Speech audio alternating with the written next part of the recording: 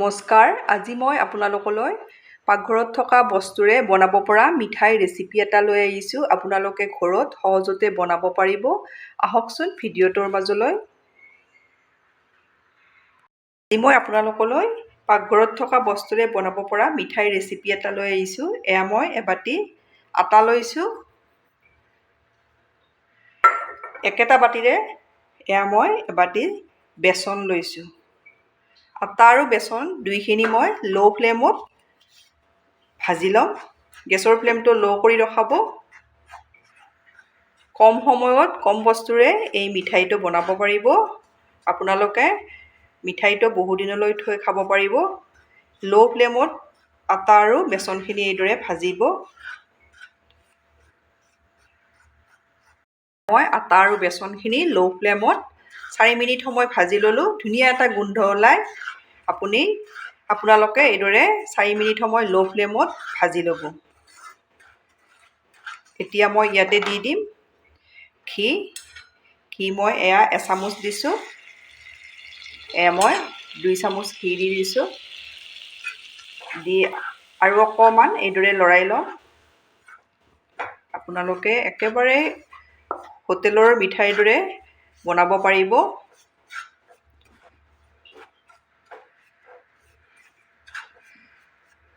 ইয়াত মই আৰু এচামুচ ঘি দিম। এইদৰে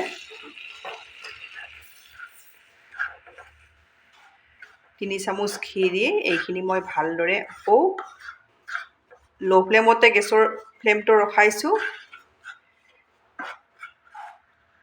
এয়া মই 3 চামুচ ঘি দিলোঁ। মোৰ চামুচখন অলপ ডাঙৰ। আপোনালোকৰ যদি সৰু চামুচ হয় 4 চামুচো লাগিব পাৰে।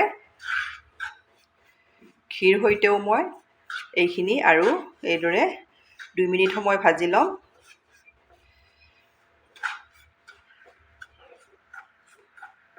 আপোনালোকে মোৰ ভিডিঅ' চাই ভাল পালে লাইক, কমেণ্ট আৰু ছাবস্ক্ৰাইব কৰি দিব। ফেমিলিৰ লগত শ্বেয়াৰ কৰিব। এইখিনি ভালদৰে ভাজি ল'ব লাগিব। তেতিয়া আপোনালোকে বহুদিনলৈ থৈ খাব পাৰিব।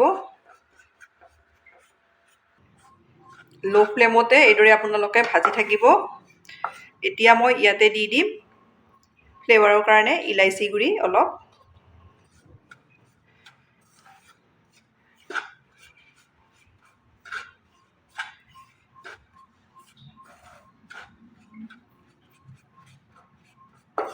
এইখিনি মোৰ হৈ আহিছে আৰু অলপ এইদৰে লৰাব লাগিব।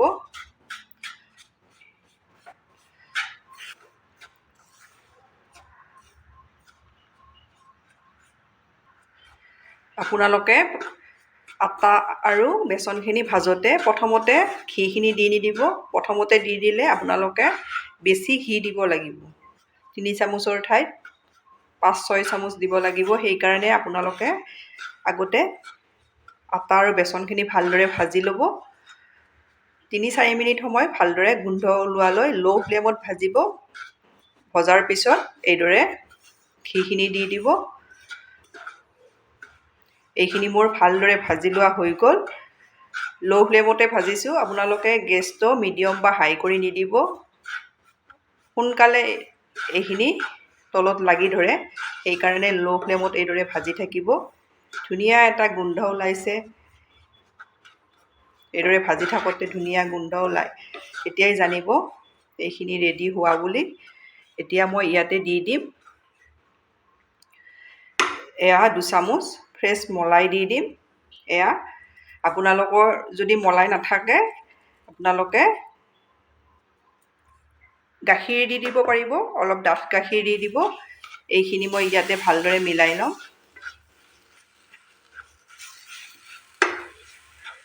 ল' ফ্লেমতে মিলাব লাগিব।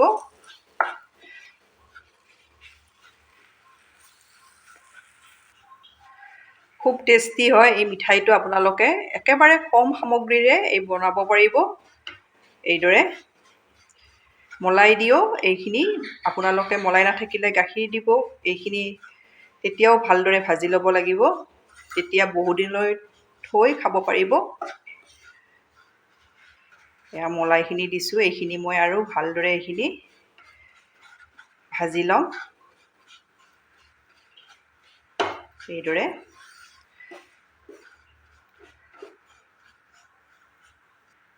যেতিয়া আপোনালোকে এইদৰে মলাই বা গাখীৰ দি দিব তেতিয়া এইখিনি প্ৰথমতে শুকান হৈ আছিলে দেখিছেনে, এতিয়া এইদৰে সেমেকাৰ দৰে হৈ যাব।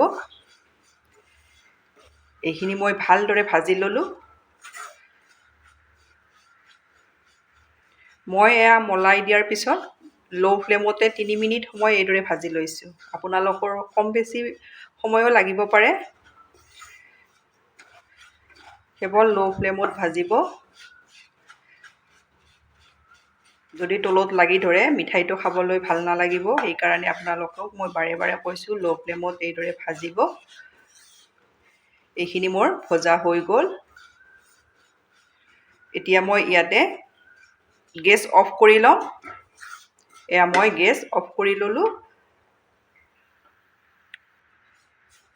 এইখিনি অলপ গেছ অফ কৰাৰ পিছত কেৰাহীখনতে এইদৰে 1 মিনিটমান সময় লৰাই থাকিব। মই গেছ অফ কৰি এয়া 1 মিনিটমান সময় এইদৰে লৰাই আছোঁ। এতিয়া ইয়াতে মই দি দিম পিচি থৈ দিয়া চেনি। চেনি আপোনালোকৰ মিঠা সোৱাদ অনুযায়ী দি দিব। এয়া মই এবাতিৰ কম দি দিছোঁ। মিঠাটো কম হ'লেও মিঠাইটো খাবলৈ ভাল নহ'ব। আপোনালোকৰ হিচাপত চেনিটো দি দিব। এতিয়া চেনিখিনি এইদৰে ভালদৰে ইয়াতে মিলাই ল'ম। এইদৰে খুব সোৱাদ লগা হয়, আপোনালোকে এবাৰ বনাব।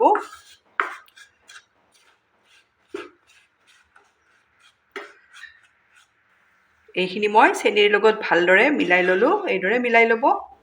এতিয়া মই এইখিনি কেৰাহীৰ পৰা নমাই লওঁ। এয়া মই ষ্টিলৰ থাল এখন লৈছোঁ। থালখনত আপোনালোকে অলপ ঘি সানি ল'ব। মই আগতে ঘি সানি লৈছোঁ। এইদৰে মিঠাই মিশ্ৰণখিনি ইয়াতে নমাই ল'লোঁ।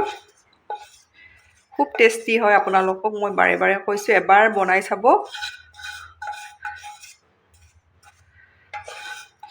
এয়া মই লৈ ল'লোঁ।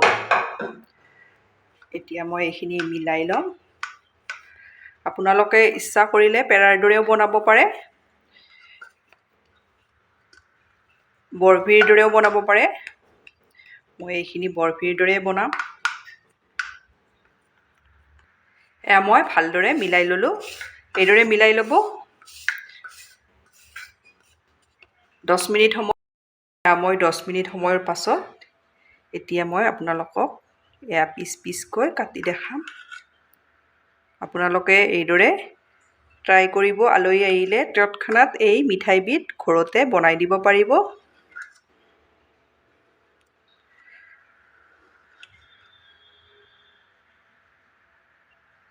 এয়া মই পিচ পিচকৈ কাটি ল'লোঁ। এতিয়া মই উলিয়াই ল'ম। এইদৰে এয়া পিচ উলিয়াই ল'লোঁ। এয়া মই পিচ পিচকৈ কাটি এইদৰে আধা উলিয়াই ল'লোঁ। আপোনালোকক মই এপিচ ওচৰৰ পৰাই দেখাই দিছোঁ। এয়া দেখিছেনে কিমান ধুনীয়া হৈছে।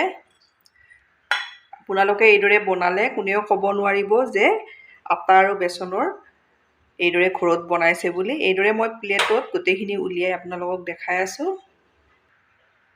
এয়া মই প্লেটত উলিয়াই ল'লোঁ। আপোনালোকে এইদৰে ঘৰত পাকঘৰত থকা বস্তুৰে এই মিঠাইবিধ বনাব পাৰিব। আপোনালোকে এইদৰে বনাই খাই কেনে পায় কমেণ্টত জনাব। ধন্যবাদ। ভিডিঅ'টো শেষ